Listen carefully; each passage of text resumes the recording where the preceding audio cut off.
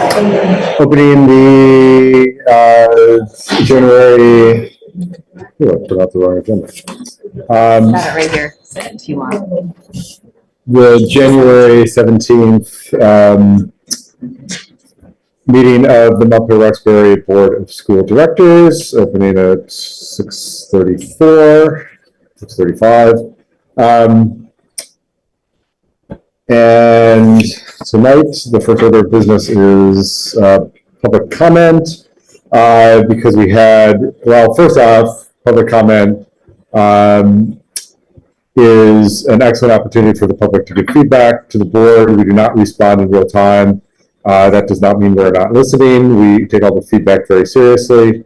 We oftentimes do respond in other ways or later. And we really appreciate the effort it takes to give public comment, and also recognize that sometimes it can be tough to give public comment, just given the nature of speaking to a public panel in a public setting, and also, you know, some of the matters you bring to us are sensitive and emotional, and we really appreciate that. Also, we do accept comment by email. It's schoolboard@mpsvt.org. Which is another way both to give additional comment, and if you are not comfortable in front of a group. We will start with anyone in the room and then go to online. We have a slightly different process for online because at our last meeting, we had some people who used the open chat function to do disruptive things. So when you open the public comment period, as usual, please introduce your public record. So attendees who use the raise hand feature to indicate they would like to speak. So attendees online should use the raise hand feature to indicate they want to speak. And to do so, if you click over reactions, which is down at the bottom of the screen, there's a little raise hand function that pops up.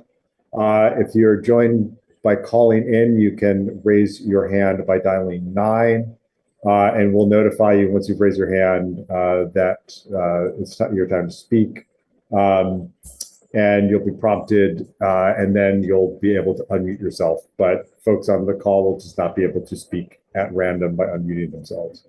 And then also, we will not have video, so it will be audio only.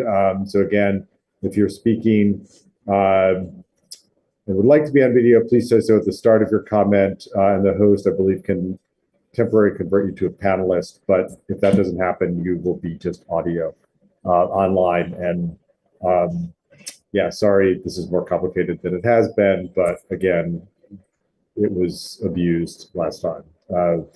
So if anyone in the room wants to speak, please just go ahead and come to the front and introduce yourself. Great. And do we have a second public comment? No, not today. All right. Ryan Zajac, Roxbury committee member. No, I just wanted to briefly say, I'm sure everybody knows, for the last 8 weeks, there have been a lot of conversations across the district, across the communities about all kinds of things. Conversations are great. Communication is great. Keep it up. I just want to acknowledge we've kind of been there before. We've been in big, scary places in the past. We all lived through Act 46. We've all lived through this. We've all lived through that. And at the end of the day, this district has produced really good things for a lot of people all over the place. And as we're sitting here today in the uncertainty of Act 127, what's going to happen with this? Where are we going to go with that? I'm going to say, I'm certain that this board and the communities and the district administration is going to be able to come up with a solution that will, at the end of the day, still produce and provide those really positive things all across the community that all of our families, our community members have all become used to in our district. So I just want to acknowledge that we've been able to do a lot of good things and really hard times in the past. And I'm optimistic that we as a district, we as two communities can do the same going forward. So as always, thanks to the whole board for their community service. Everybody appreciates it. And yeah, we will be in touch. Thank you. Thank you, Ryan. Well said. Anyone else in the room? Yeah, please come up. Hey guys, I haven't been here. I'm so sorry. It's my son's gymnastics meeting at the same time. I did try and talk a couple times. Jacqueline Frazier, my father's Thomas Frazier, who's a little more colorful.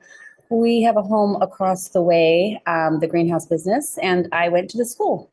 So I'm a graduate of this elementary school, and my kids are now half Ugandan and also attendees of this school. So at one point, this room was actually first through sixth, and we divided it in the middle, and we had first through three and 4 through 6 on the other. It was really chaotic. And a snake got loose actually at one point, and it was like all hell broke loose. And then the teacher, she like got it with her foot and like the head, and it was just nuts. And that was during the expansion operation. So just as a Roxburian, thank you so much. And we're here. We are here. We're just not always here. Thanks so much. Great, thank you. Yeah. Anyone else in the room? Yes. Good evening. I'm Angela Bauer. My kids also attended here. My daughter was in the first class. Sorry, I don't know why you said emotion. And I was like, no, this is not emotional. This is serious. But when I think about her transition into the big pond, it was emotional. And now I just see her thriving. So I just want to thank you as a board for the hard work that you do. I'm really grateful for the opportunity to have our kids in the bigger pond. They experience so many more opportunities. I feel like the quality of education they're getting in Montpelier is stellar.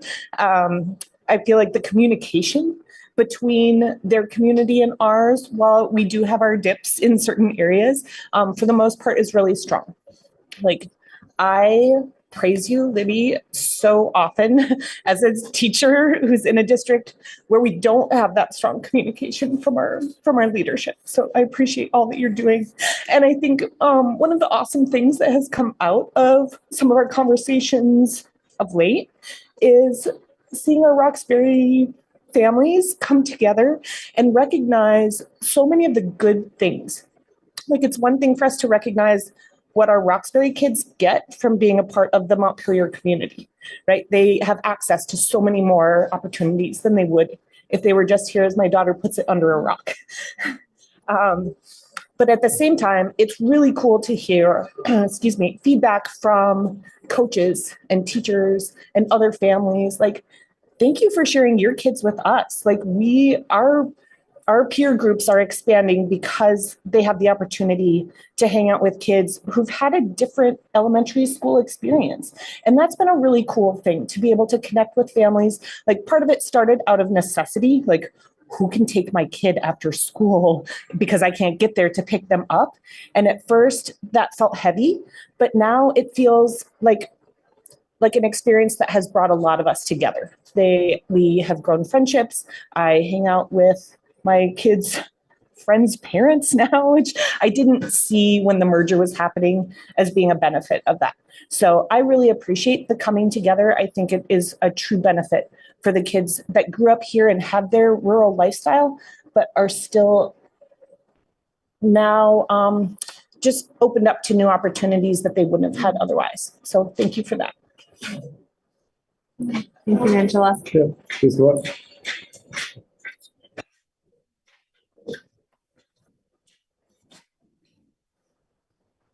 Hi, everyone. My name is Claire.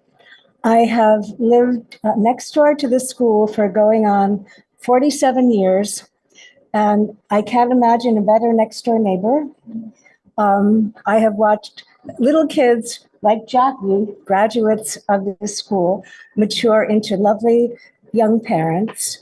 And you tell me what I need to do to keep the school intact, and I'll do it.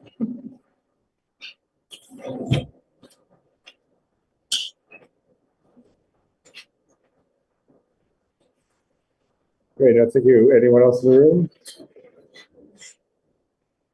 And online, and you're probably gonna have to. So we have Lisa Burns.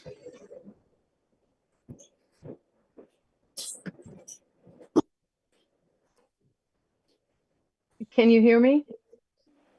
Yes. Okay. So I wanted to move away from the kind of Roxbury budget thing and into the academics that'll be presented here this evening. And I was very excited to see, as Ms. Bonesteel noted in her letter, that her flywheel is turning faster on reading. So, and I'm sure there's many parents in the district who are happy to see that there's been some improvement in early literacy, which was extremely concerning. So hats off. But I wanted to just briefly discuss math. And Ms. Bonesteel also noted in her letter that that's problematic. But looking at the district's own data, as it is right now, the graduating class, the data that you've presented, 36% of this year's class is proficient in the last reported state math test, 36%. When prior to the pandemic, 56% of them had been proficient. And when they started in the third grade, 74% of them were proficient. So we seriously have a problem with math. And as one of the pillars of learning in our school district is a timely intervention, I think we've gone long past timely intervention in math. And on the principle of every kid being able to do everything, it seems once they finish, every kid can do everything unless they need skills, math skills beyond the 6th grade level. So as we hear the data presentation, and I do understand, as Ms. Bonesteel has been very patient to point out to me many times, this STAR Renaissance data cannot be used in any way to assess a whole class. She's informed me that it's only for looking at each individual student. But nonetheless, I think the data is concerning and the other data. And I hope that some of you will ask questions because, as I said, a timely system to intervene is well past. 36% of graduates being proficient in math, not acceptable. The last state testing showed our average scores for 7th, 8th, and 9th graders below 6th grade proficiency. Something has to be done. And I think you people need to start asking some questions. And I very much appreciate it if you did. Thank you. Thank you. Thank you, Lisa. Anyone else on? Nope.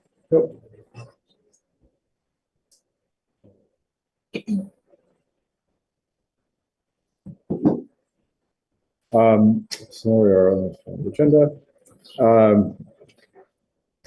Let's go. Consent agenda is next. Do I have a motion to approve the consent agenda? I move to approve the consent agenda. Do I have a second? Any discussion? I just want to encourage folks to read the superintendent's report because I really appreciated the energy that was coming out of that because of the improvements that the district is making. I recognize, of course, there's always more room to grow, but it was really nice to see such a positive note.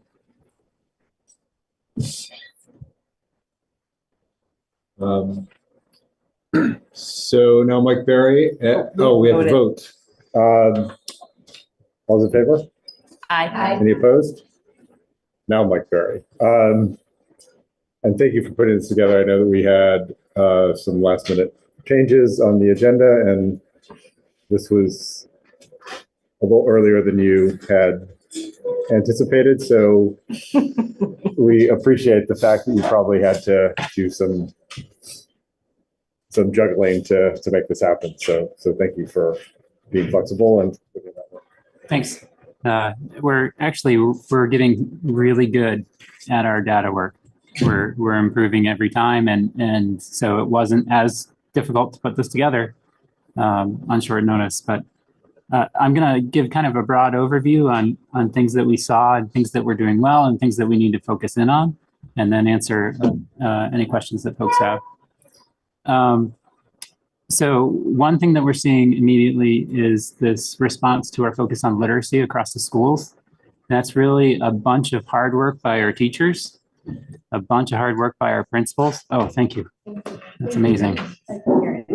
I'm gonna warn you, that's probably gonna get really cold in here, so Yeah. just know if people start putting on jackets, don't worry. Speak up a little. I can, yeah, I can. Is that microphone on?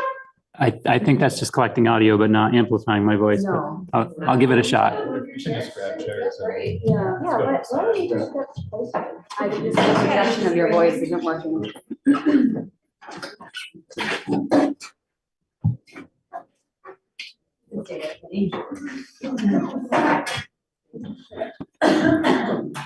So we're seeing this response to our literacy work and the consistency that's coming with that. And we're hearing positive reports from our teachers. We're seeing students respond across the different settings. And that's really wonderful. And we're learning a lot as we go. And we're seeing that in the results in the data. We're seeing that in the results in the classroom. We're feeling really good about that. As I mentioned earlier, our data literacy is improving every day. We are getting better at finding metrics, identifying metrics, using them in conversations, having our collaborative teams, that's our grade level teams, our content teams, discuss data on a regular basis, our guiding coalitions, our leadership teams in schools. And even as an administrative team, we're spending much more time talking about data and responding to it in thoughtful and intuitive ways. It's really great. Our MTSS model is going through an iterative process where we're really developing what does our MTSS model look like? How do we respond to student needs at different levels? And our goal by the end of this year is to really articulate that in a clear way to our school population in school and out of school so that everybody knows how that system works. But we've learned a ton this year on all of that, and tools like Panorama have really helped us along the way to do that. So we're pretty proud of that. Our intervention systems are moving like lightning. It's been amazing. Our interventionists are very committed to working with our students in need and getting them the support they need to be able to access what's going on in the classroom. And we've got systems down. We've got people stepping into leadership roles. We've got all sorts of things happening in the intervention space, along with a new move towards collaboration with special educators. So we're working with students in special education as well as general education students in the intervention space and vice versa. And that is all new for everybody. And we're doing a really good job at exploring that and defining systems to support kids. And that's been wonderful. We're seeing scores go up in consistent ways, and we're looking at growth metrics with our eyes wide open. So we are now able to measure in different ways the rate at which students are growing. This is particularly important for our intervention students that may be multiple grade levels behind. We want to see them learning at a rate that's higher than average. They have more to learn in less time. And so now we have metrics to be able to do that, to see if what we're doing in interventions in particular is working, and if it's not, to be able to adjust. So that's been really great focus for us. And we're really proud of our interventionists across all the schools. They're working extra hard, as well as our special educators. Areas that we need to focus in on, as mentioned before, we do need to look at math. The great news I have about looking at math is a couple of things. One, we've learned a lot about how to look at things that aren't working and figure out how to identify what needs to change and move through those. So our educators and our administrators and our leaders are all pretty practiced at that. So this is going to be a very manageable look for us. The other thing I think, this is my opinion based on what I know about what's happening in classrooms and the data that we're seeing, is this is not an effort problem on our part with mathematics. Our math educators are more motivated than anyone to dial in the system, and they're working really hard. I think what we have is some misalignment vertically. We have some things that are kind of out of order or not aligning between schools. And then we probably have a small amount of misprioritization. So for example, we may need to look at data and measurement at the elementary schools a little bit more than we have been. But now we have the data to really identify what it is and hone in on those things and fix them. And we've also got a lot of successes in mathematics. We've seen some great strides between transition from Algebra 1 to the high school, the work that we're doing at the middle school. Our interventionists in mathematics have been doing some great work. So we have some successes in there too. We do know that we need to find some alignment and tweak a few things and take a look at that. We're still working to find data for different areas of content and how to make that meaningful. So for example, social studies. really important content area. This is something that a lot of schools in Vermont struggle with. How do we measure how we're doing in social studies instruction?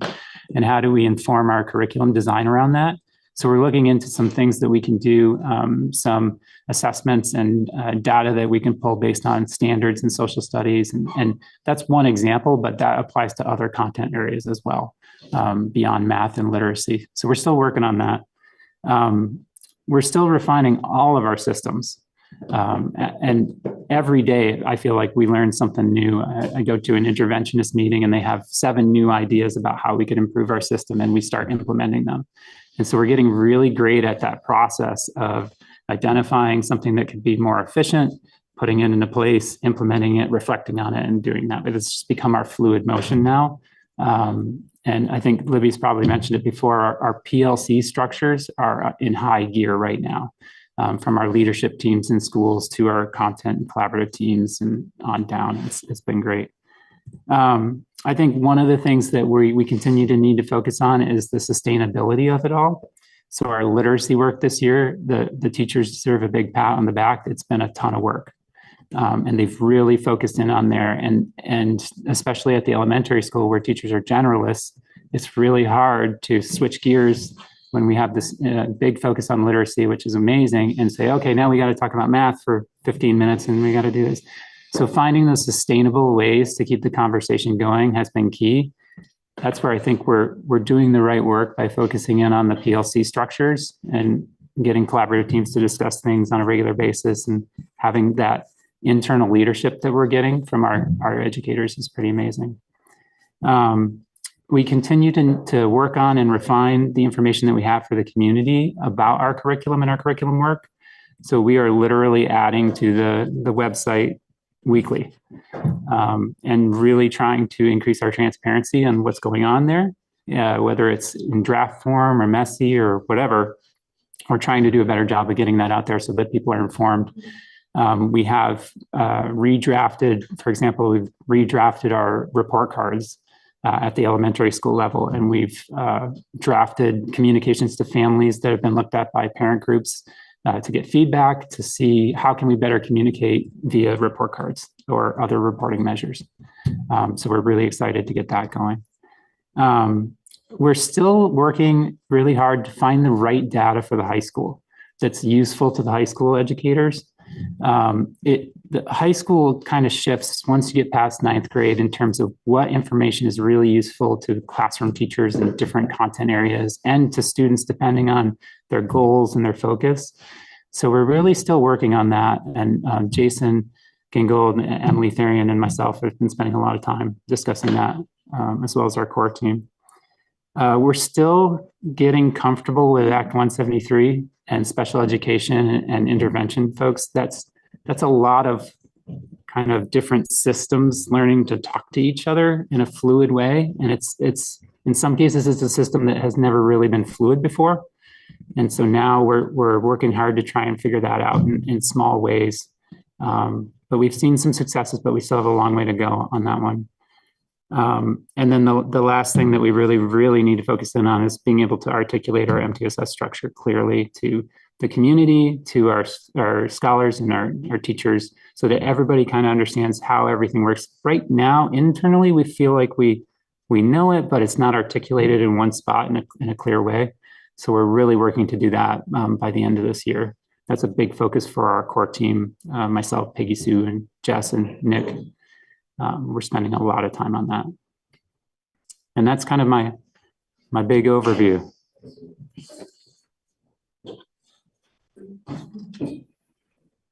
Jill. Can you explain in a way that maybe somebody who's not as deeply enmeshed in education, what an interventionist does, like what Sure. their role is? Yeah, so we have teams of academic interventionists at each school, and those are folks that focus in, typically they're in one content or another. Here at Roxbury, it goes into both, but they focus in on students that may be below grade level, typically not students that are on an IEP for those supports. So these are general education students sometimes. And they work with them on really focused, targeted skills in short cycles of 3 to 6 weeks, depending on which school you're in. And the idea is to focus on the goals in a linear fashion that move them towards where they need to be. So we have maps of skills that take them from A to Z. And if a student's at D, we're going to start with D and we're going to do E and we're going to do F, and we're going to keep going in that process and moving them along on those skills that they may be lacking to access what's going on at grade level. Yep. And we've got really smart interventionists. Like, I mean that. Miriam. I'd be interested to hear more about what we're doing to bridge knowledge gaps at the high school level. Just anecdotally, I'm in an Algebra 2 class, and a lot of my classmates, I find it a little concerning, just like the real difference in levels people are at. Some folks can't solve basic algebra equations. And I know that a lot of that is caused by COVID, but I totally understand it's a lot more difficult at the high school level. I'm just curious what we're working on with that. Yeah, so there's a couple things to that story. One piece of data that's really interesting to look at is we looked at students that moved into the district after 3rd grade. And there's a really large amount of students that moved into the district after 3rd grade. It's important to know that and to think about that. And that has changed how we address students moving into the district. So we screen students moving into the district early so that we can see what's going on. We look at their data from the previous school and really try to understand where they're at in terms of their exposure to pre-algebra skills leading up to the high school. So that's an interesting piece of data that we're looking at and considering.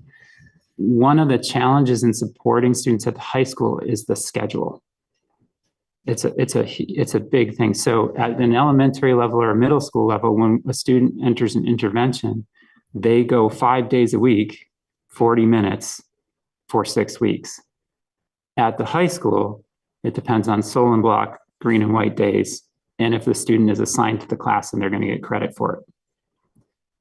So what we've struggled with at the high school in terms of intervention, and we're continuing to work on it, is time on intervention.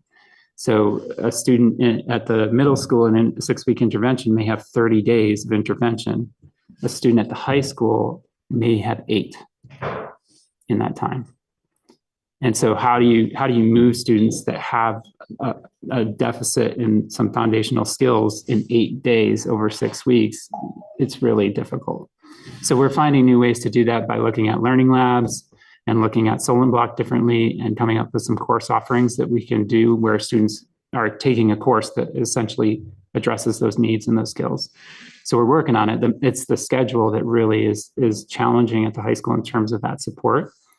The other thing that we're doing is we're trying to find ways to understand that data better.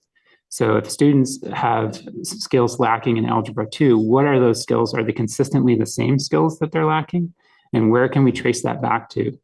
So the high school made a big shift this year to really focus in Algebra 1 in students that come into 9th grade. Before, that was kind of spread between the middle school and the high school, and it wasn't very effective for either side. And so we've made a big shift this year that I think is going to make it a lot better for students to be able to get all those pre-algebra skills at the middle school, be able to come into 9th grade confident and be placed appropriately. That's the other component. There's a lot of pressure in mathematics to get to pre-calc. And so that sometimes overrides where a student really should be focusing on their skills when they get into high school. So there's a lot. It's a great question. There's a lot going on there. And as I said before, our math educators are more motivated than anyone to dial all that in. So we're going to be piloting a new assessment this spring that assesses all students in mathematics at the high school in Algebra 1 skills so that we can see where those gaps line up no matter which mathematics class that they're in. So that's Tammy Beatty is kind of leading that charge. So we're gonna see what's going on. It's a great question. Ask me again in like 2 months. Yeah. There's Scott on the line. So trying to get up. Thanks, Jim. Did you say my name? I didn't hear clearly. Yes. But I guess, thank you. Thank you, Mike. Actually, something in Miriam's question made me think a little bit about some of the data. And so I guess first off, I just want to say as a scientist, I'm a big fan of data and try to interpret what I'm seeing.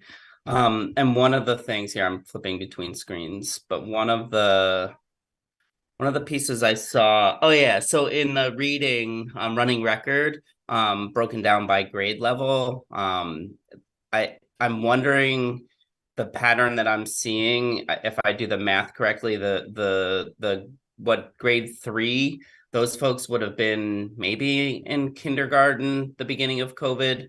And so I'm wondering if what we're seeing is there's a sort of lagging effect of COVID disruptions in the way that students were taught, and now the grade 1 level, they're up to 90%, which is awesome. And so I guess two-part question is, one, am I seeing that sort of that wave that will be moving as the students that were in kindergarten at the beginning of the COVID disruptions as they move forward? And then if so, what can we as a district do to sort of backfill for those kids that were most impacted by the disruptions? Yeah, I'd have to say I'd need more data to be certain that I could point to that as a causal relationship. For example, I don't have in front of me the numbers for our multilingual students, which impacts this data significantly. I don't have a sense of the cohort data from year to year. And the other thing I'd point out is just that this is the second time we've given this assessment ever. So it's still pretty young to us in terms of being able to say, this is spot on and what we're doing. I'm not trying to throw excuses or anything. This is the grade level that has the lowest proficiency on this assessment. However, I think there's some other factors for us to look at. Generally speaking, what we're seeing is students across all grade levels respond to our focus on literacy. And we do know that third grade is one of those pivotal years. So when we look in the spring, it'll be interesting to see where this data is at and what we see. Thanks, Mike. I mean, can you explain the discrepancy between literacy and math? It seems like literacy is going well. Math, you identified a couple problems. Like, how deep are those problems, and why? Yeah. Why do we seem to be having more success in one than the other? This is my opinion, and this is so. Amy Kimball and I are about to embark on a very extensive geeky journey in the next couple of weeks. Once she's out of the classroom at the middle school, we're going to do a pretty deep dive into what's going on in mathematics. And when I say that, I don't want it to sound like there's something drastically wrong going on. I don't believe that there is something drastically wrong going on. Our math educators, if you ever got them all in one room, these people want to hammer this out. I really think that what we're looking at is some misalignment vertically between the elementary schools, the middle school, and the high school. And the example that I used earlier is at the elementary school, we've backed off of measurement and data, mainly because of research at the time told us this is what we should be focusing on. And several years ago, we were seeing great math results on the SBAC assessment. Then we switched assessments. And so we have a new assessment that told us, hey, your scores are a little lower here in mathematics than they were on the SBAC. We don't know how to compare that yet. Well, there is a study underway that the state's doing to say a crosswalk between the SBAC and the PT cap. We haven't seen that yet. So I can't really say. I do think we're going to see some things in our research about order of concepts and skills introduction at different levels, what makes sense and what we're doing. I think that's something. And in curriculum land, that's kind of an easy fix. That's not, we're not throwing out everything and everyone has to go to 3 years of training and no, we're just going to move single digit over here and we're going to move decimals over here. That's a thing. I think we're also seeing the need for more consistency and resources for mathematics for our educators. So we do a lot of tight and loose, and I know Libby's talked to the board about that before as well, that we focus in on prioritized standards and proficiency scales, and we allow a lot of flexibility for educators to use their expertise to address those priority standards and proficiency scales. And within that, I think more consistent resources within mathematics in particular could be a real benefit across our schools. So those are the types of things that I'm speculating. The great news for us, I think, is that we have gotten so much better at data use and collection that instead of wondering and working on assumptions and opinions, we're going to be really able to point to, these are the 3 things that we need to talk about in 3 through 5. These are the 3 things we need to talk about in 7 through 9. And then a follow-up question. I mean, we're about to approve a budget or during a budget cycle where we are probably not going to be able to make the major investments. Do you think without making major investments, we can significantly improve, particularly the math? 100%. Now that we have those PLCs rolling the way we do, particularly at K-8, that makes that work so much easier and doesn't cost a penny, because teachers are learning how to collaborate, not just work in the same room together, but actually collaborate and make each other better teachers by studying the expectations, studying the teaching practices, seeing what's worked, what hasn't worked, and being okay to talk about that with each other. So none of that costs anything. That's a scheduling, that's a technical problem, right? So that is a piece that we're getting it go. We've gotten it going, K-8 in literacy, to the point where teachers are hungry for the data. They're loving the conversations with each other. They're excited about the work they're doing in the literacy world. So we want them to own that so they don't lose it. And then we want them to have those conversations in math. The other thing that we got on our side is that we're coming off of several years of high quality math professional development. We had our elementary folks working with Christian Cordemosh for at least 3 years, and that work still is there and present, and we can pull on that. And then our middle school and high school folks were working with the Teachers Development Group, which is a fantastic group that focuses on math instructional strategies. And Amy Kimball is our third ace in our pocket. She's a fantastic instructional coach in mathematics, and she can really help us to do this and to be organized and to support teachers in it. And she's already on staff, so that's not a new cost. So much so the Teachers Development Group is trying to steal her. Yeah, they're trying. They're trying, not successfully. Just a quick follow-up. Mike, would you say that one thing I just heard you say is like you're about to go, or maybe I misheard this, but about to go from sort of like guessing and assumptions to being able to use point at real data. Would you say you'll be there by June, by the next time you're? Yeah. So you'll have a little bit more of like. I'm just waiting for my partner in crime to get out of the classroom. Yeah. So Amy Kimball's been teaching math at the middle school for the first half of the year. And once she's in the next 2 weeks, she's going to transition out of there and back to the coaching role. And then we'll close the doors and get out the whiteboards and go nuts. Good. Yeah. Kristen. I think Ron is before me. Oh, sorry. When you say resources for math teachers, can you provide an example what that looks like if it's not something that comes out of the budget or something that's already? So there's a really well-researched and highly rated open source math resource called Open Up. It's used at the middle school, and it provides structure to conversations in mathematics. So it's not necessarily do this on this day. It's more like, oh, we're going to be talking about decimals and fractions today. Here's some activities to get the most yield out of students in terms of that conversation. And what happens when teachers are using a consistent resource for that, students aren't seeing different approaches to that or different imagery or different visuals to all of those things. They get some consistent experience across grade levels in classrooms. And that's where you see some traction starting to happen. So that's an example of something that we could look at for other schools, or even just organizing and calibrating around the resources that we do have already can go a really long way. Calibration amongst teachers is a really effective tool in improving instruction. That kind of happening when it comes to literacy instruction? Because that's been a little bit more prioritized, and it potentially that process could fold over.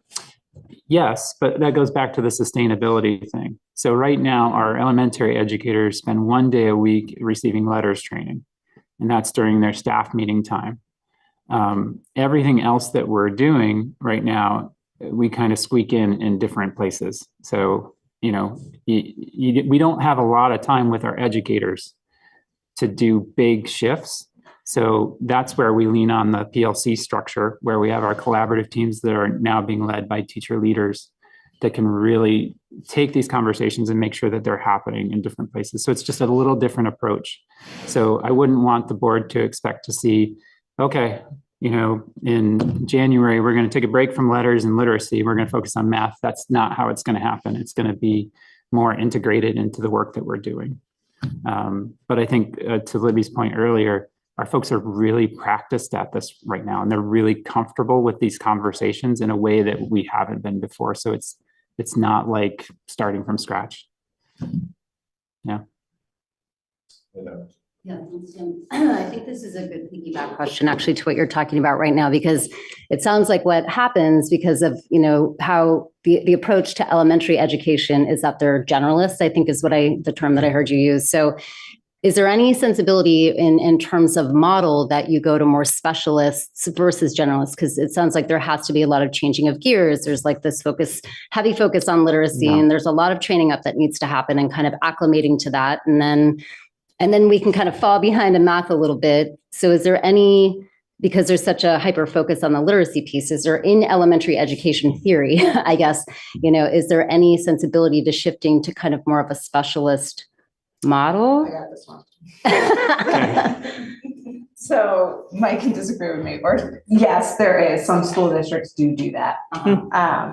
And what suffers is social emotional learning.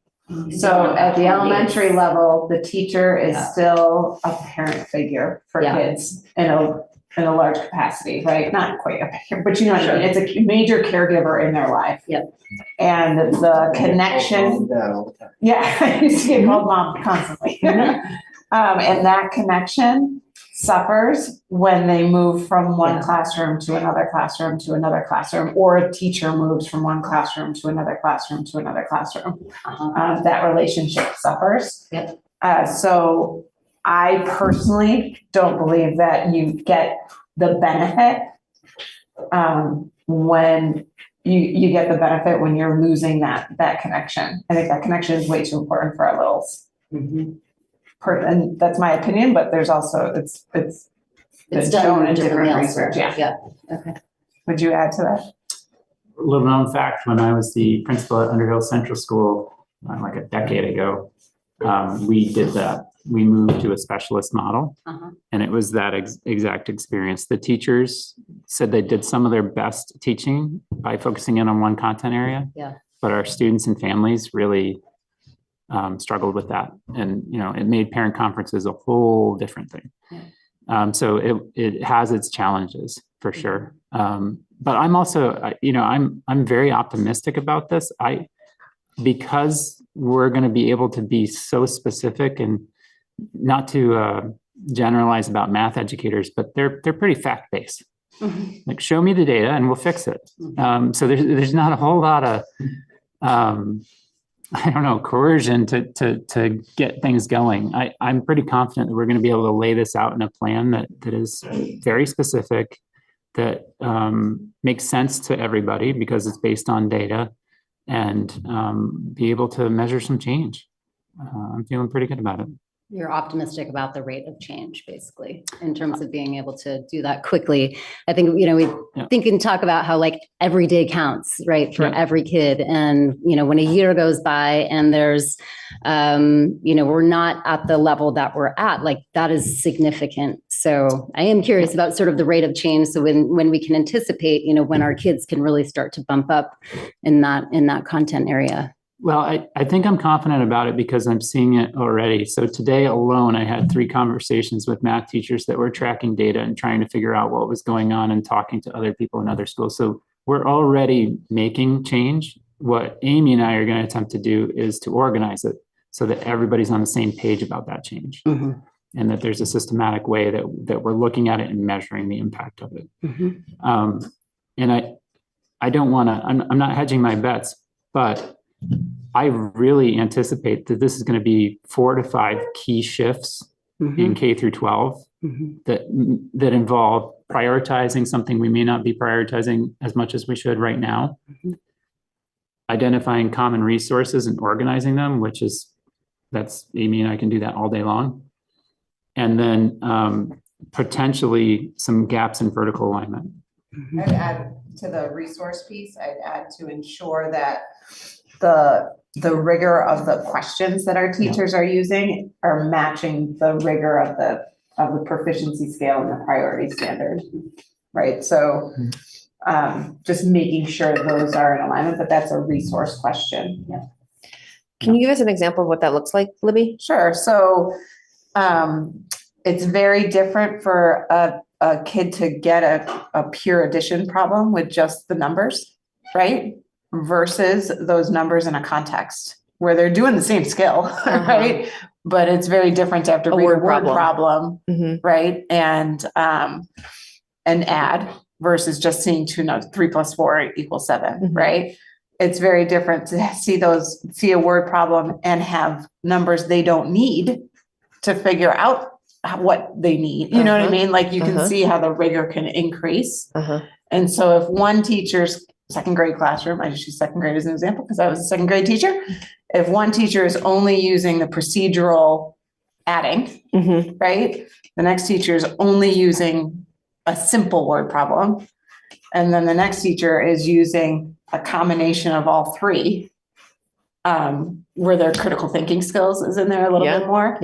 Then that third classroom most likely is going to have kids who come out with a different skill level. Does that make sense? So I think what I hear you saying is you want to raise the level of rigor to the third classroom level in all classrooms. I want to make sure all of our teachers on the second grade PLC, they know I just pick on them because I was there with them. Our second grade PLC are all understanding what proficiency means and what that looks like in an assessment item. So that it's apples to apples that they're comparing. So when they're writing those common formative assessments, it's where the expectation of the standard is.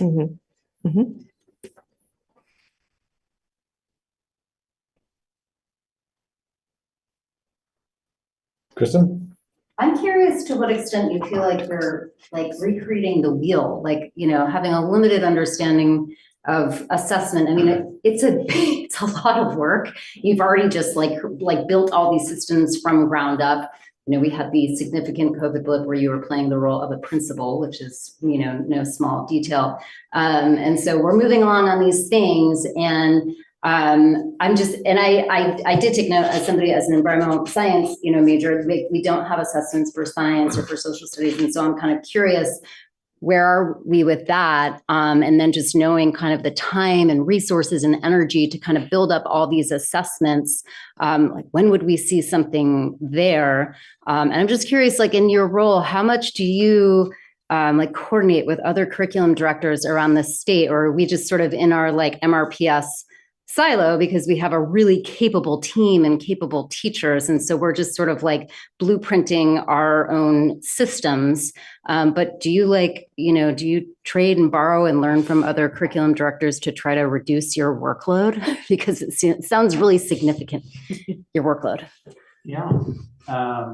So we do have the science assessment. We have the VTCAP science assessment. Right. So we're getting science data. It's just embargoed forever and a day. Right. So we have science. In social studies, what we're looking at is actually the same group that puts out the VTCAP assessment, Cognia, has these formative assessments in social studies. So our social studies folks on our curriculum committees are going to take a look at that to see if that's a viable option for us in terms of assessment. One thing I want to respond to when you say, when will we see these assessments? There's different layers of assessments. The assessments that I'm reporting out on are super high level. assessments. But right now, our teaching teams are creating common formative assessments that I'd argue might be more important to the grand scheme of things. So, and you and I will never see that data at a board meeting presentation. That's for the teacher to really inform their instruction the next day or the next week or those things. So right now, our teachers are going through that, creating formative assessment after formative assessment after formative assessment. And so we've got tons of assessments happening right now. And we're piloting other things as they go. I do think social studies is a tricky one, and nobody, I'm not saying this as an excuse, but nobody in the state's really hammered this down. That's been a constant moving target for a long time for curriculum directors in particular. As far as collaborating with curriculum directors, I don't know how to describe it. Curriculum directors are kind of like a tribe. And we share everything. Everything. So I meet with a regional group every other week. So we have the Winooski Valley Curriculum Leaders group that meets, it's probably about 7 or 8 of us, and we collaborate on everything. We share information that we're getting and receiving from the AOE. We share programs and resources that we have. Jen Miller-Arsenault is the curriculum director in the U32 district, and I communicate with her constantly because I think she's brilliant. And so we're always sharing everything. And even before that, Libby and I were both members of a curriculum director group up in the Champlain Valley. And it was probably the most important meeting we had every month, was to go to that meeting and be able to collaborate. And I still talk to those folks too. So it's, yeah. Great to hear you're not alone. No. No. No, the other thing to think about too is something Jason and I actually were just talking about the other day is for our MTSS work, Essex Westford is very similar to us in the work that they're doing and the beliefs around their MTSS model. So I'm quite good friends with their superintendent, and we have been talking for a while about how to get our administrators and our teacher leaders together so that we can go observe other schools in action and see how their PLCs are working and see how they're starting to get our principals talking of like, how did you solve this problem? So that's another piece to this too, is finding the systems that are most aligned to us and talking and seeing if we can get in the same room together so we can talk shop. Yeah. For those who are watching and might not be familiar, MTSS. Multi-tiered, multi-support. Look at this guy over here, huh? He's been fortunate. Jim's for a been while. listening. Good job, Jim. You're listening. And multi-tiered system of support might not mean that much to anyone else. So it's essentially like how we ensure that the education is getting through to kids. Yes. Yeah. Well, I wanted to say thank you again for not only for another robust data report, but also all of the work that's gone into the growth that we've seen so far. So really appreciate that. And I have a few questions that are a little bit just to help me keep learning to understand what we're reading when we read these data reports.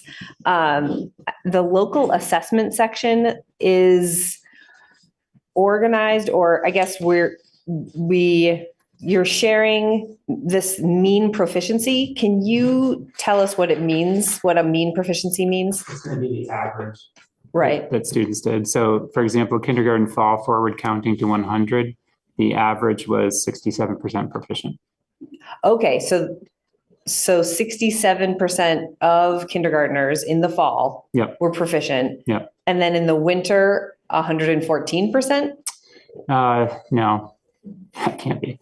So no, that is a really good trick. Yeah, no, this is the mean score from our system VCAT. So this takes the mean score for all of the scores on the assessment. And I don't have it in front of me on what the top amount is. Okay. So it's not like on the report card, no, 1 through 4. No. Okay. One of the challenges with these assessments, I was looking at this with Rachel Whalen. Different students take different parts of this in the fall and the winter. And it's similar with putting the math foundational skills assessment, the back pages. Yeah. So what's tricky with those assessments, so in the fall on the math assessments, for example, let's say that there's a question that has 2-digit addition and subtraction. In the fall, it has 2 digits. In the winter, it may have 3 or a decimal. And so the rigor increases, but those assessments are used for classroom teachers to change their instruction versus designed for a once a year proficiency, how are we doing kind of thing. And that's the same with those kindergarten assessments. I included them on here to show that we do something different for our youngest learners in terms of assessment. Like they don't take Friend Star right out of the gate. They don't, you know, so we do a lot different at the kindergarten level, and that's why they're included in there. But I can get some more information from Rachel on how that's all done too. I think the thing that would be helpful to know is what are we aiming for? Is it, and I don't think this is correct, but where my brain went, because to me, it looks like the 1 to 4 score that would show up on a report card. I was like, oh, by the spring assessment or just spring data report, we'd want to see the mean be 3 because we'd want generally the kids to be where they should be at the, you know, for their grade level. But it sounds like you're saying that's not how to interpret what I'm looking at here. No, I think what we want to look at here is, are the students growing? Is there growth from the fall to the winter? Okay. The power in these assessments is at the individual student level. Yeah. So when a classroom teacher is looking at how Joey did on the letter ID or the counting, that's what's really valuable about it. Yeah, and I get that because we don't have the information from basically like the one standard that is the once a year students take it to determine proficiency. I really appreciate that you're sharing all these other little pieces with us. It's just hard to get what the big picture is from all of it.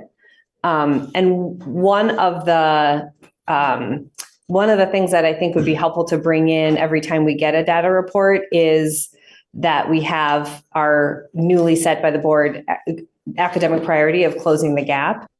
And, you know, the gap being the one that has historically existed between more privileged students and less privileged students due to racial and socioeconomic factors. Because none of this data is disaggregated, which I can understand at the kindergarten level, you can't tell us. It's hard to know if we're making any progress on closing the gap. And so far, I don't think we've actually determined what our gap is currently. Correct. So is there something that we can start to see at the board level about this? Yes, there is. So I have here, you can't see it because it's embargoed, but we took the VTCAP data and created a visualization system for us to be able to see the graph, see the achievement gap. And I'd argue that there's actually maybe 12 different achievement gaps. Sure. So what I have here is I have ELA, math, and science broken down by economically disadvantaged and not economically disadvantaged. And I have a line graph and a bar graph, but the line graph allows us to see where there's huge gaps and then where there's not. And we can overlay that from year to year to see if we're bringing those lines closer together. Informally, what I can tell you is that, so in socioeconomic land, there is not a significant gap between an ELA and math. Science, yes, which was really interesting. And then I did an achievement gap by gender. So we have female, male, and non-binary. And there was a larger gap in ELA than math, and then another large gap in science. Then I did IEP status and also race and ethnicity. And I want to go back and I want to add chronic absenteeism, our SEL data, and multilingual. So we will have, once the embargo is lifted, I feel like it's some great historical event, but we will have a metric to discuss the achievement gap for the first time, which I think is really viable.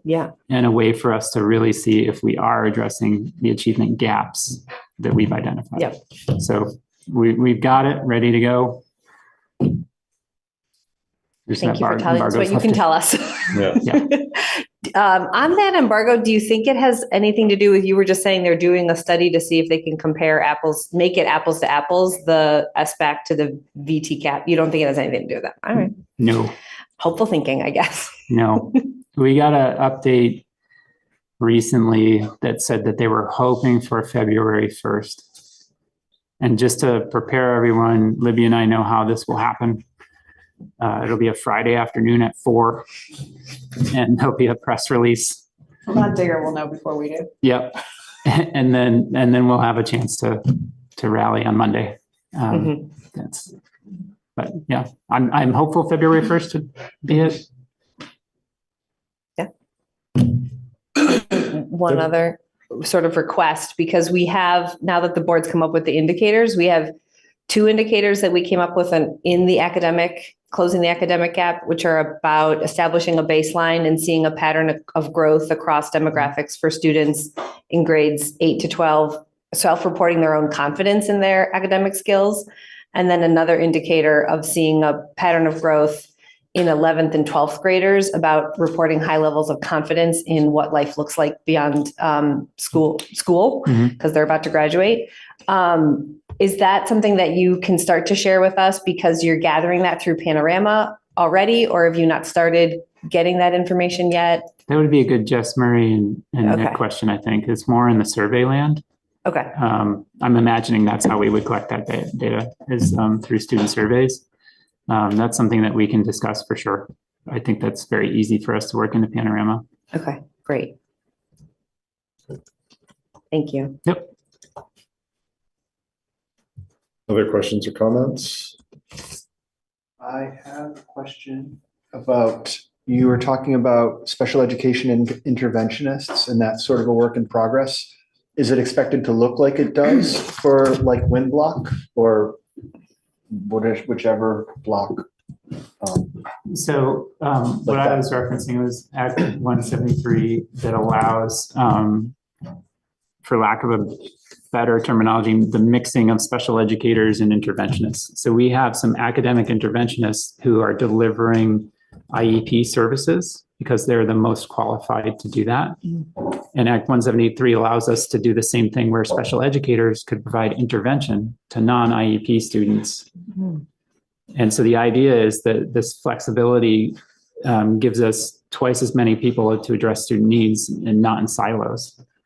But it has been tricky because those two worlds were very separate for a long time. You went to intervention, and if that wasn't working, then we went to IEP land. And now we're rocking that a little bit, and we're saying, no, let's just put everybody in the same room, all the special educators and interventionists, and say, here are our kids. Who's the best person to work with these kids? And so we're trying to get to that land right now. We have to, with 173, show if a student, if anybody's questioning whether or not a student has a learning disability or not, by law now we have to show that we have had an effective MTSS model wrapped around this student. And so that forces basically our educators to talk to each other in a different way. Are there professional learning collaborations or communities? Are there PLCs for special educators? Yep, and Peggy Sue's working on that piece. She's going to come at a later date. So it would be a great question for Peggy Sue. Okay. She spent her first year getting us out of, or getting us back on track with our policies and procedures around special education. And she's been moving into really focusing in on families and IEPs and ensuring that everybody's experience is similar with that process. She's in a lot of IEP meetings right now and building the capacity of our special educators in that realm. And she is still part of all the conversations that we have as a core team around these system things that Mike is talking about, and she'll be able to continue to move in more. But that's her goal, is to get special ed. We're working on our academics working within the same model, our SEL working in the same model. Nick presented to the league team today about chronic absenteeism within the same MTSS model, and special education will also start to function in that way. So it's just the way we do business. I had one more thing. Referring back to the flywheel analogy.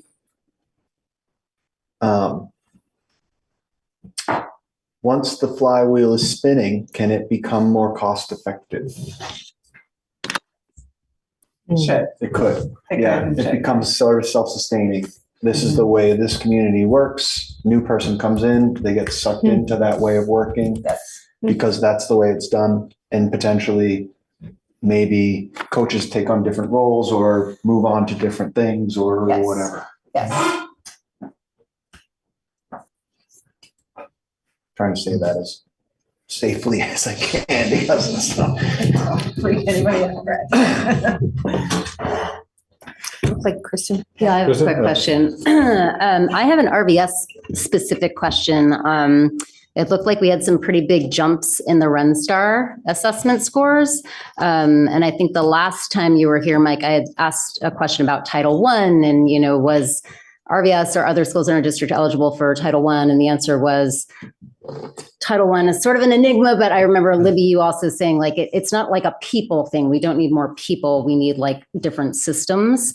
So I'm curious what you all think led to kind of those jumps at RVS. I think there was like an 18.2% increase for reading proficiency. While more students took the test. Yeah, too, wow, I know. exactly. And then there was a 20% increase in math. So I'm curious, so there's Shannon Miller, and then are there specific like systems? Yeah, Shannon Miller has brought in different systems and she is phenomenal. Yep. Here at RVS. And she's a phenomenal educator. Mhm. And she lives and breathes these kids here and making sure that like her expectations are quite high. And she's changing how the educators here talk about kids. She's changing how they think about kids. She's getting them to recognize that what they do can impact the kids' learning. Mhm. She's fantastic. She was a fantastic hire. And she is ensuring that the systems are happening the way they're supposed to be happening. I'm looking at Mike to see if he wants to add on, but I think Shannon's got a big reason for it. She was fantastic hire. Absolutely. The leadership has been super helpful. I think the educators also have been working really hard. They're doing the letters training as well. And so they're getting a really substantial boost of literacy, professional learning on a weekly basis. They're communicating between schools. We're supporting with new assessments and data. They're administering that. They're looking at that. So everybody's doing a lot. Yeah. And they're responding to the expectations that she's setting. So it's cool. It is. Thank you. Great. Thanks. Okay, other questions or comments for Mike or Libby? No, well, thanks again. This has been super useful. And I just want to echo everyone saying we appreciate all the work and we appreciate the data. This really helps us get a snapshot of where we're at and where we're going. And education is, I know we talk a lot about other things like budgets, but education is why we're here. And knowing where the kids are at and this isn't out of place is super helpful and really appreciate the work and the presentation. Thank you. I maybe just have a question for the board, just in terms of like accountability to our own goals. And we have this document now, and there's, I think Libby built in sort of like a tracking section. So kind of like who's going to be responsible for inputting that information and kind of taking what we see here and inputting it into there. Do we have like a system for that? We don't. We don't have a system, but that's a great question. And I will be honest that I just sent it to Jason with your comment around the high school just to remind us. And and I was like, I've forgotten a little bit about this with all the budget. Right. It feels like a nice I think that's a good thing for us to focus on when we get through budget season is making sure that we are plugging this data into. And I appreciated the questions, particularly from Mia around tying this back to our goals and values.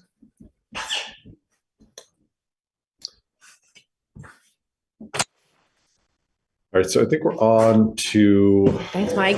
Yeah, thank you, Mike. Thank you, Mike.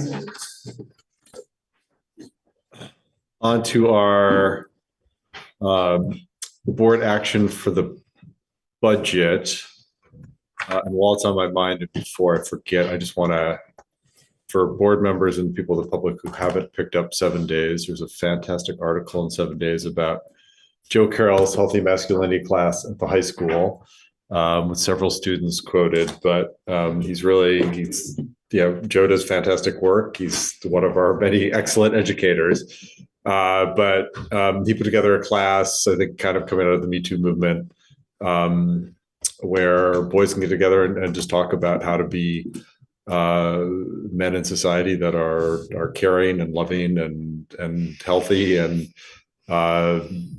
present masculinity in a positive light and a loving, caring light. So I want to thank Joe for his great work. And if you haven't read the article, it's online and We're gonna share it all over our social media. Yeah. At wherever you pick up 7 days. So thank you, Joe, and thanks to all the students who've participated. And thanks to Olivia and the leadership for making space in our schools for teachers to take those risks and those chances. So we are on to the FY25 budget with the action of approving the proposed FY25 budget and warning. And I'm going to turn over to you, Libby, for any update on. Yeah, we asked for. Christina's on too, so if anybody has any questions, she's on the webinar. So in the agenda, you can see the new chart. We just have the chart for you. There's no, from our end, there hasn't been considerable changes except for taking that additional money from the fund balance out. However, that was that we got the new healthcare enrollment with the ending window was sometime in December and late December, or early January, Christina will know. And so some people switch from single to family to, so that has budget implications, and that's finalized now. That was one of the unknowns that was still being finalized. So this is where we're at now. I will point you to the property dollar yield in the gray has decreased again already. Jake and I were in the House Ways and Means Committee, and we got the Education Fund Outlook, and I whispered to Jake during the meeting, "That's not the dollar yield I know." And he said, "It's not the dollar yield I know either." So let's hear what Julia Richter has to say. So that has fallen already again to 9,171. That does not influence our budget because we are capped. The only influence the dollar yield can have on our budget is if it increases significantly. It is not going to do that. So it will fall precipitously. I will tell you just statewide that fall will impact students or students in districts that were not capped. So that is where that will have impact. I'd also like to say to the board that this was a really hard budget season, and I have lived and breathed this for the past, since October, and just recently it's pretty much consumed all of my working day. I've been working a lot with the VSA and VSBA. And as a trustee, as a member of the statewide trustee group. And I'm really proud of this board and the work that you did in this budget year. That was very hard. Other boards are taking some different routes that I'm happy we're not in that situation. So I'm just really proud. If you read the VSBA Outlook today, board members, I encourage you to do that. It gives you a picture of what some other boards have decided to do that is not in the spirit of 127, I'd argue. And so anyway, I just want to say that you've done really good work, and I'm proud to be a colleague with you all through this budget season. Thanks, Libby. So anyway, this is our budget. Again, it has not changed much from the last time we met, other than including all the healthcare and taking out some of that fund balance. Christina, would you like to add anything to that? Nope, you pretty much nailed it. Great. So we're happy to take any questions if you have Questions. Yeah. I had a couple of questions on the language of the warning. So the way that we have phrased it is the per long-term weighted average daily membership. which obviously, because that language didn't exist before this year, it was not in previous budget warnings. And I'm just curious if there's any reason, what the reason is to use that number rather than like, we just use our, general student population, butts and seats, as you like to say. Libby. Is there, So was there a reason? professionally. Yeah, I'll let Christina answer Okay. that. I know that last week, Christina's member of an organization called VASBO, which is the business managers of the state. And last Friday was a tumultuous VASBO meeting, but they, as a group, talked about the warning language. And I see Jake has his hand up too, so Jake might want to jump in there too. Christina, do you want to say anything about the warning language and why y'all decided to do the way you did? Well, I'd just say that because the new term is what we need to use, excuse me, and we can't use equalized pupils. So last year's warning said equalized pupils. So I just wanted it to be very clear of the new language. Okay, so this is the way, essentially, we phrased it last year. We just obviously we used equalized people not long. I just couldn't remember if we had used the, like our actual student population, but we did use equalized people. Okay. That's the new lingo. Jake, do you want to add to that? Sort of a curveball. Can you hear me okay? Yeah. Yep. So the curveball is that the language, we don't need to include this language. It was suspended in Act 127 because you're going from equalized pupils to long-term weighted ADM. So it doesn't have to be on the ballot this year, and also for the next, or maybe it's just this year, but it doesn't have to be on the ballot. So maybe people want it on the ballot, but it's not a legal requirement.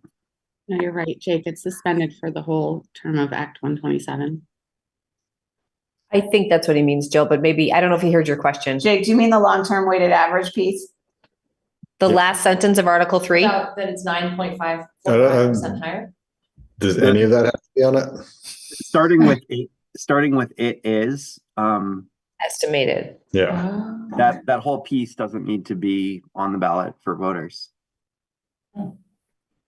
Just our total budget amount needs to be on there. Yeah. We went one step further just to explain it. And is that something that you all debated, Christina, in your meeting last Friday? Yeah, it was kind of all over the map. People are, last year, it was last year, it was also suspended. I think it was through Act 46 that it was a minimalist. It was just that first sentence, but we wanted to demonstrate to our taxpayers what their tax rate would be. So it was suspended last year and further suspended this year with 127. So again, every district is kind of doing it differently. So really, it's a board's decision. Right. And Jake's throwing the curveball out that we could only have the one's first sentence there of Article 3. Yes, that's correct. Christina, I missed what you just said. What's the rationale for why we would include anything beyond the question mark in Article 3? Sure, I think it's just important to show, for transparency purposes, to show exactly what we're proposing. I agree. I think that that one thing I think was like maybe the best part of Act 46. Honestly, it's a great transparency piece. But I also understand why the legislature suspended it this year, because it's not apples to apples from last year. And as a voter, voters might wonder, like, 9.4, then this is getting big picture here, but they might look at that. They might say like 9.45% is a lot. Should it be that high? If it was lower, our taxes would be lower, but we all know that that's not true. Right. So it's kind of a can of worms a little bit. But so I defer to you guys on what you think should be said there. Yeah. I'd like to see those last two sentences remain for a couple of reasons. One, we've done a lot of work from the very beginning of this budget season to be transparent with our communities about what we were facing. And it feels like if we didn't share this information now, it feels a little bit like we're shutting a door that we don't even need to shut. You can find this information if you just look on our website.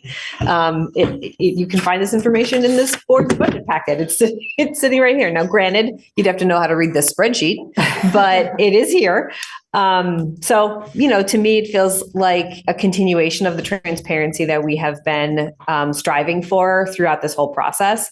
And then my other thought to contribute to this conversation is, I believe the sort of like political word on the street is that school budgets are actually increasing like 12% this year or something like that.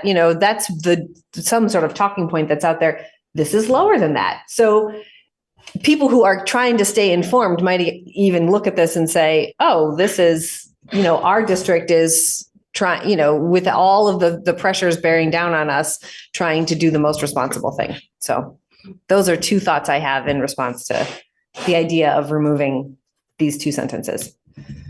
Jill?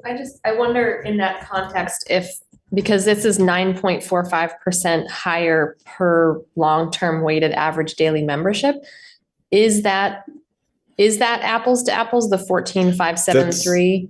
And do we want to instead, to your point, I thought our overall budget increase was not that. So if that's how this is reading, not the per pupil going up 9.45, but our budget.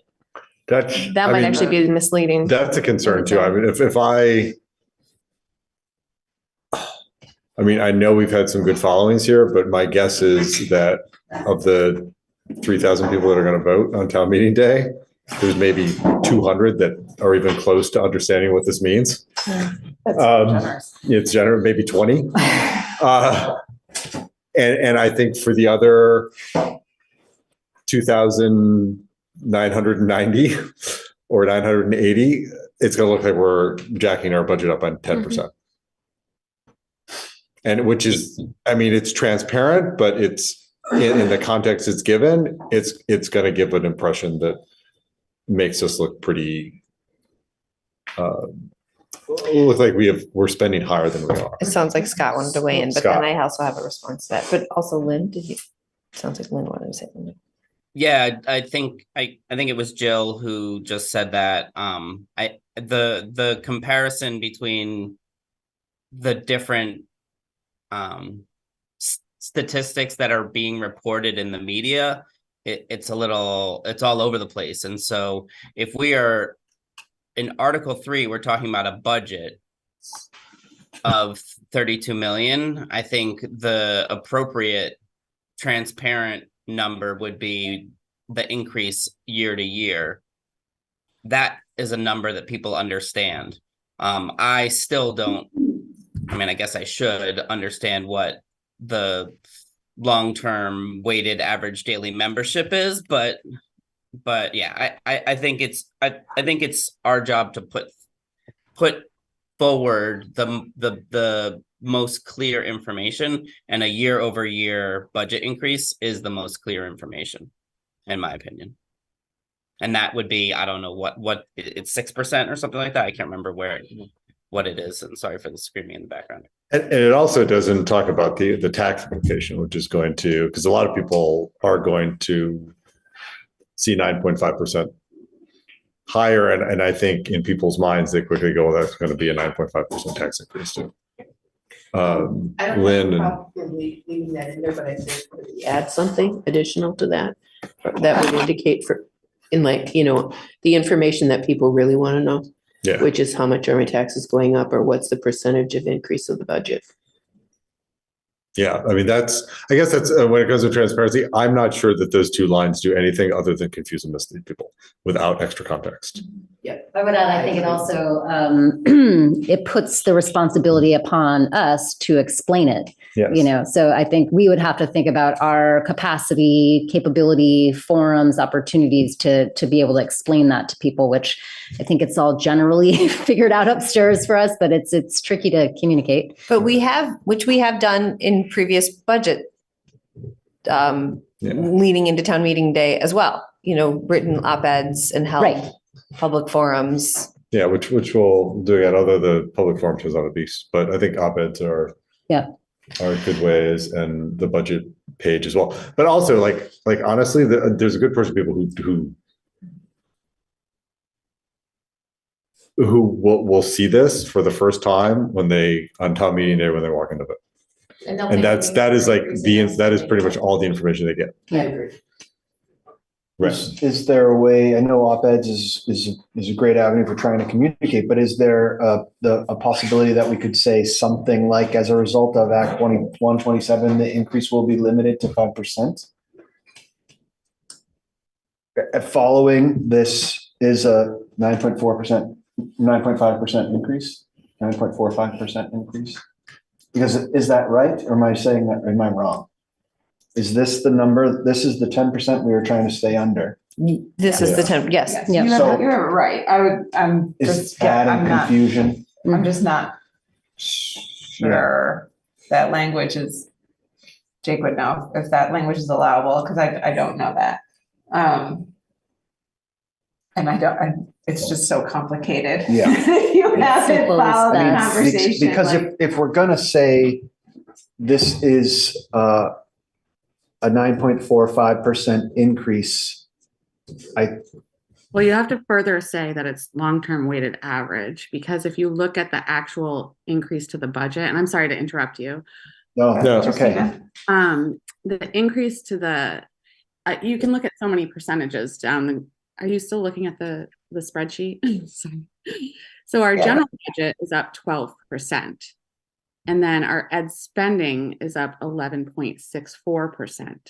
But the number that truly matters in this budget cycle is the ed spending per long-term weighted average daily membership, which is the 9.45. So there's a lot of different percentages that you can put out there. It's what the board wants to do. And then we can further talk about the tax rate for our community members, where it's 19% for Montpelier and it's 8.445 for Roxbury, which is because of the CLA's impact. Right. So there's a lot of options. Great. Jake. I'm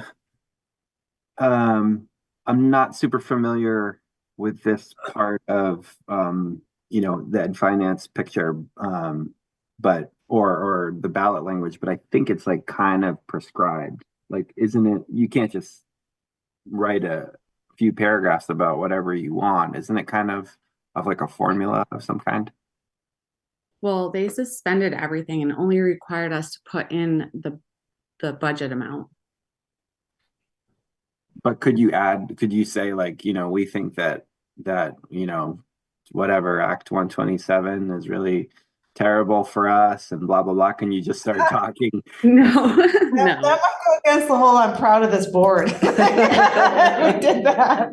You can only state, the percentages and word it that way, that the tax rate for Montpelier will increase by this amount and the tax rate for Roxbury will increase by this amount. So you have to use all the numbers in here. You can't just start talking about things. Yeah, I think so. I hear Rhett's comment. I think it would be pretty complicated to start talking about the 5%, because the 5% is on the equalized rate, which nobody even knows what it is, basically. And the true experience of taxpayers is what's going to be in that yellow column or orangish to all the way to the right. 19.19 for Montpelier and 8.45 for Roxbury. And even then, things are still like kind of uncertain. Montpelier or Roxbury could appeal their equalization study results, which would affect that.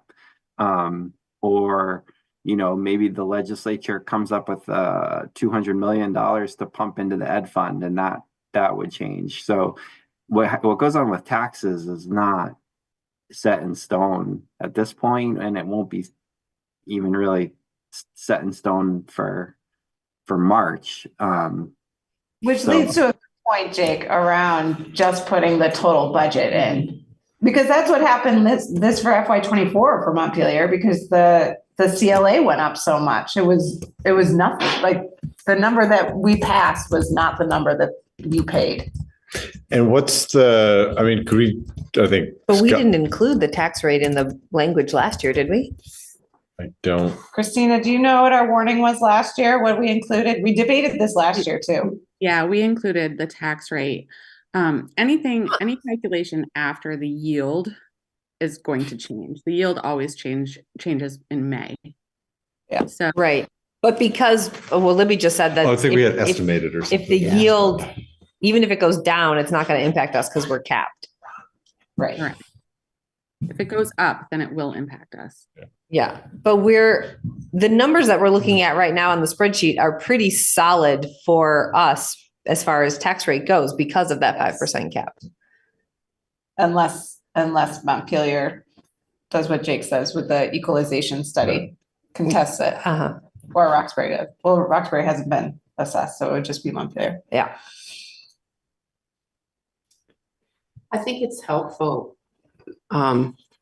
to put out something straightforward to the public that most people who read the ballot can understand. And, knowing that we have a reasonable percentage increase in our budget over the previous year, I think might be helpful for people to know. Yeah, I mean, I would feel more comfortable if we caveated this with what Lynn said, which is what the actual budget increase is, not no one knows what a long-term average daily membership So the means. I mean, a membership doesn't even sound like a person. It does. So No, the budget it increase definitely is doesn't.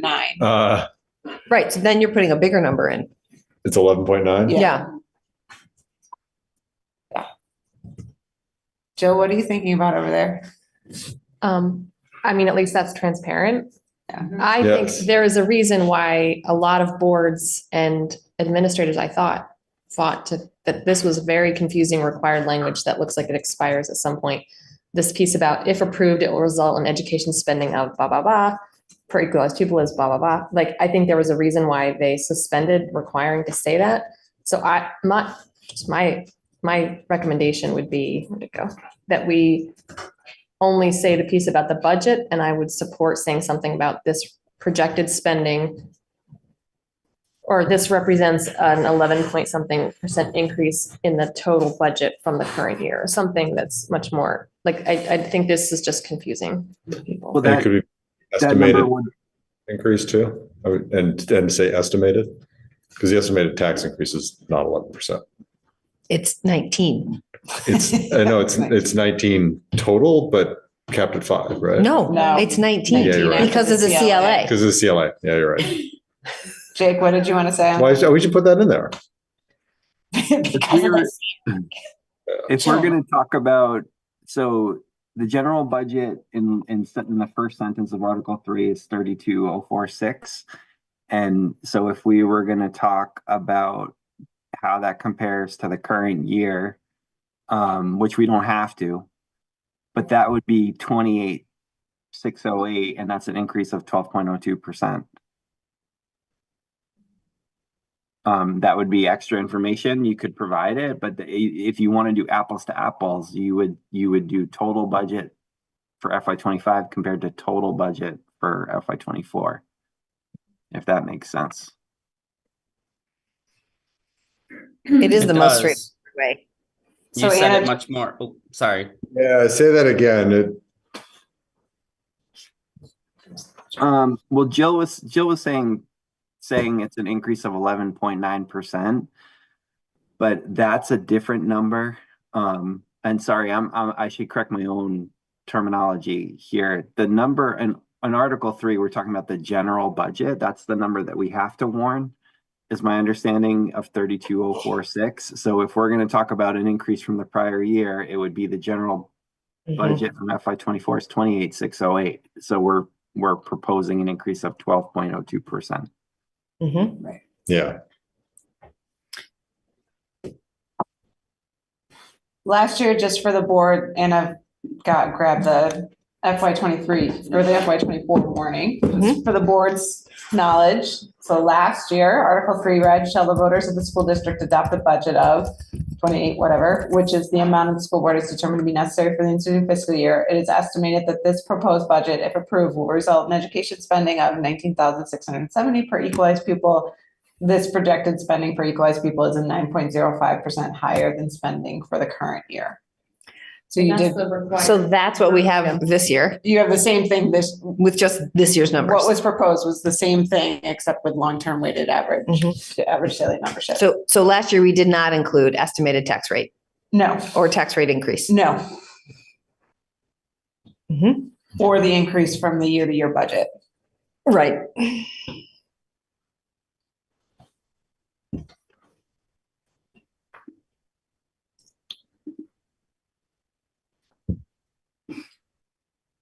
I stand with Lynn in terms of just like the simplicity piece. I think the add-on of that 14,000, I think that washes over most people.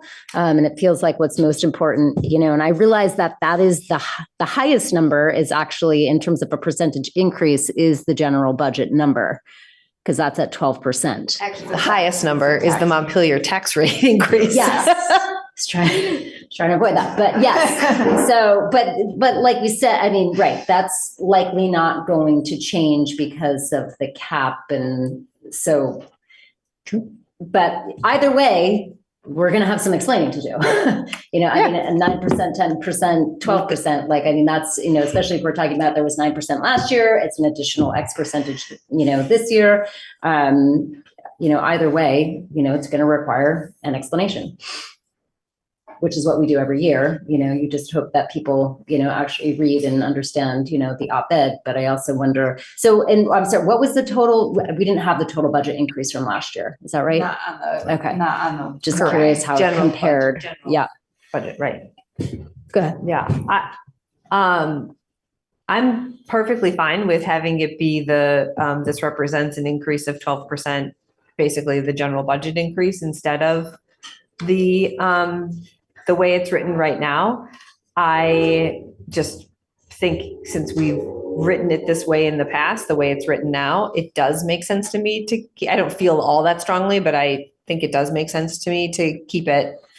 I think the one thing that we had going in our favor last year with the way this was written is that at least the word pupil was in there. So you could translate it to whatever, 13 or 12 or whatever, 13,000 per pupil. But now with long-term weighted average daily membership, that understanding I can see being lost in the shuffle. And I just want to say, right now we're like wordsmithing the language of the warning or the ballot itself. And at the end of the day, we as a board have worked very hard and our administration has worked very hard to craft a budget that we're actually quite proud of. And so it won't be that hard for me to go to the people that I know in my community and say, please vote yes on this budget, no matter what that warning language says. So I'm perfectly fine if we represent the general budget increase or the long-term whatever increase. Jake. I definitely agree that we have worked very hard on the budget. And the thing that always rocks my world this year is that if voters think they don't like the budget and they send it back to us and we knock off, another $500,000, it does nothing to their taxes. Yeah. So wading into this, the extra stuff, kind of creates that opening to me. And that part is super hard to explain. And that I think might rock their world too, because that's very different than how things normally work. And it's very different than how things work for municipal taxes.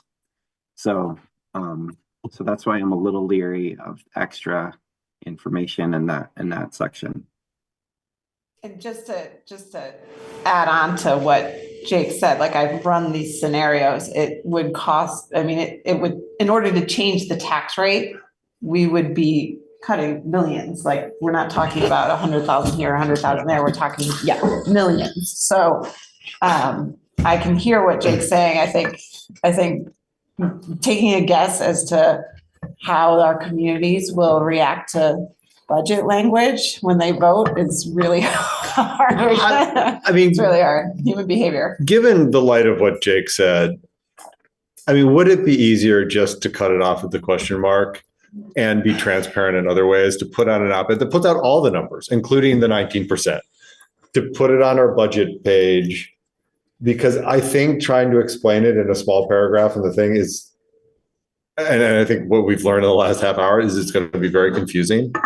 So maybe this year, because of the complexity, we be transparent, we make sure it gets in the bridge, we make sure it gets in the Times Argus, we make sure it's on our webpage, we make sure we put it on, social media, and Other put all school these boards have numbers been out. writing letters too. Yeah, and send Writing letters? Yeah, write a To letter. our Power School. Yeah, to Power Oh, yeah. School, to our community, and just be very transparent with all these numbers in the context.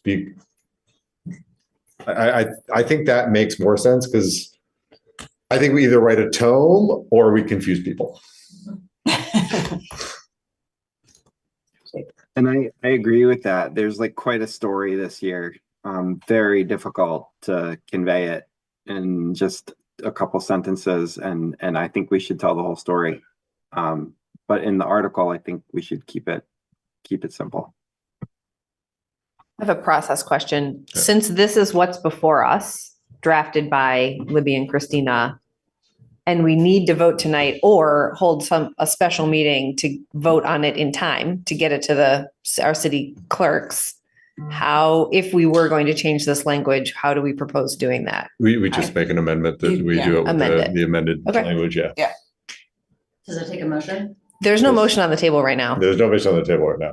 But you could make a motion, I approve the budget, and I think we usually vote. You have to approve the budget and then you have to approve the article. motion. So approve the budget and then approve the motion with the suggested. Okay, I'm going to get the somewhat easy one out of the way. I move that we approve the FY25 budget.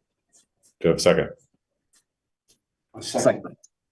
Do you have any discussion? Miriam? Sorry to block us at 8:16, but we received a letter from the Montpelier High School Science Department that I think just bears mentioning about the cut from MHS sustainability one more time. I really am fully aware that difficult decisions need to be made, but I think it doesn't mean that we should not question proposed solutions, but consider them more seriously. The cut just doesn't, to me, fit with the rest of the really thoughtful, value-driven plan that Libby and her team put together. It's a small cut. It wouldn't result in significant savings for the district, and it's likely going to result in the loss of a full-time employee. So I don't know if this is the time for further discussion, but I would regret it if I didn't mention that one more time, that from a place of understanding the gravity of the decisions we're making, I'm really uncomfortable with that one. Further discussion, no, thank you for raising that. Yeah, I think I said my piece. I don't know, I've lost track of how many meetings.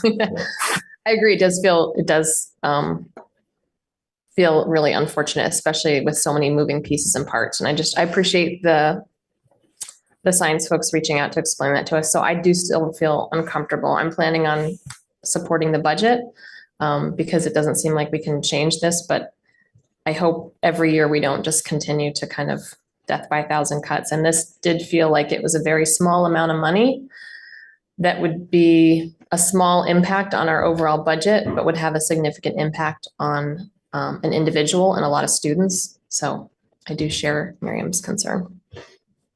Thank you, Jill.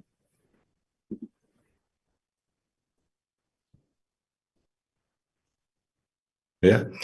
I totally hear that. And I really appreciate the science department reaching out to us and offering some other solutions. As I read their letter to us, it occurred to me that the options they were presenting, whether or not to implement them, don't live at the board level. Yes. They live at the level of our principal at the high school and our curriculum director and our superintendent. And so where I've landed is that we've established a budget that has the money we need to fund our schools for next year.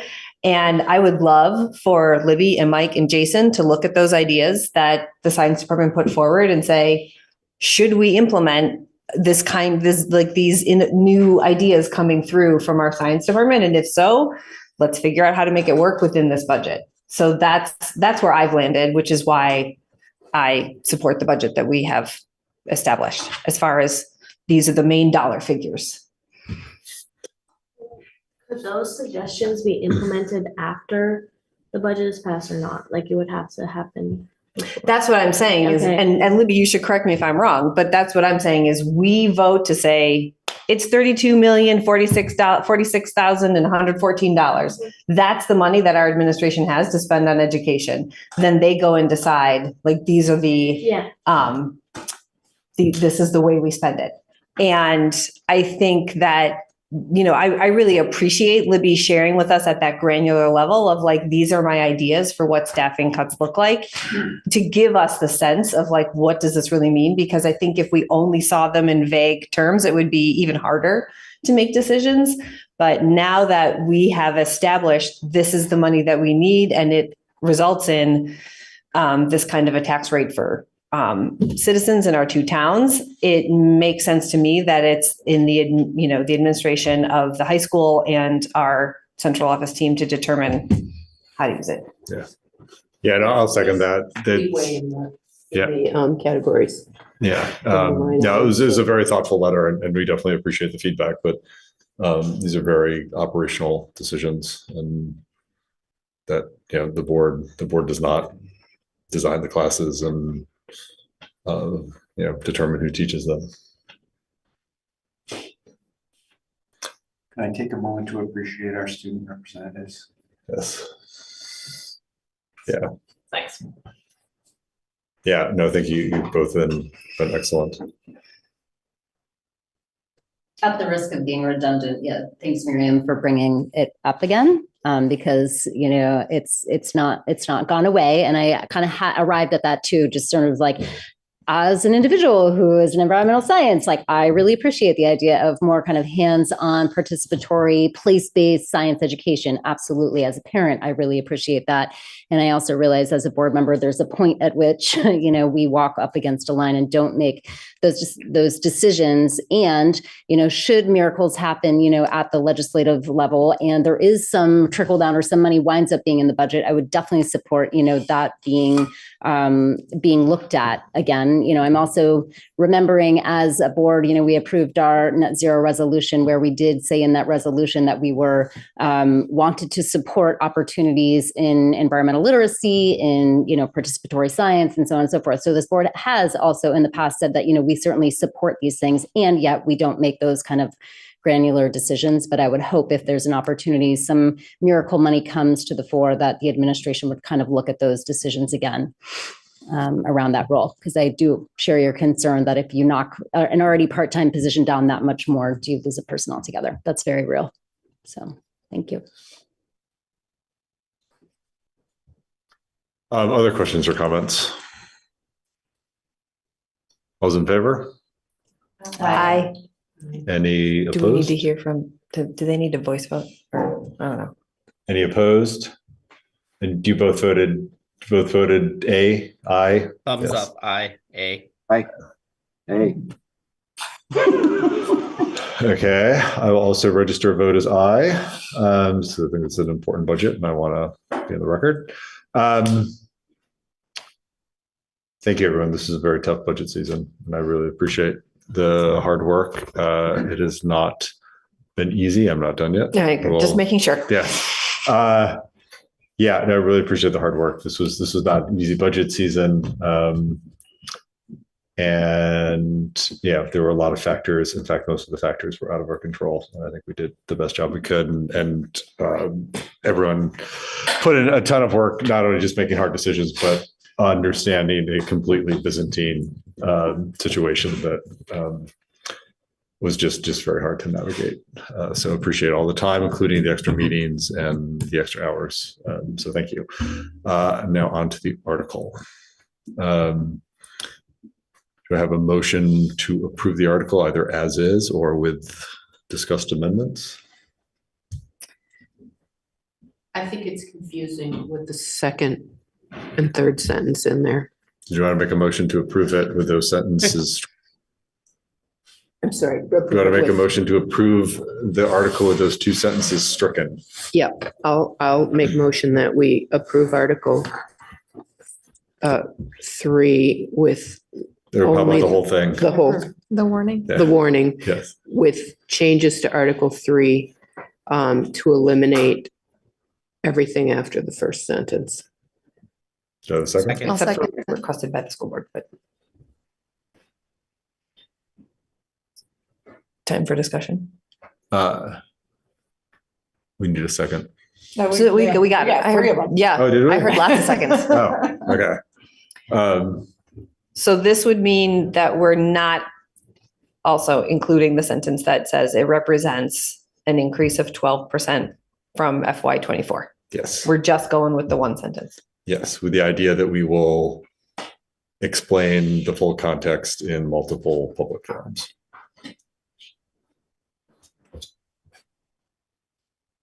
Okay. I'm open for an amendment to the amendment.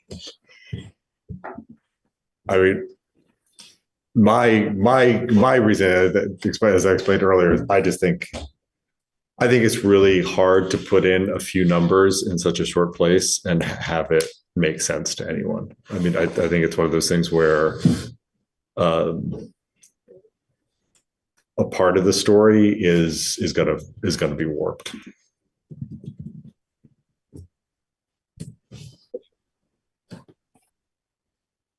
I'll vote aye too. And I think we've got again, but I think we've got a policy thingamabob.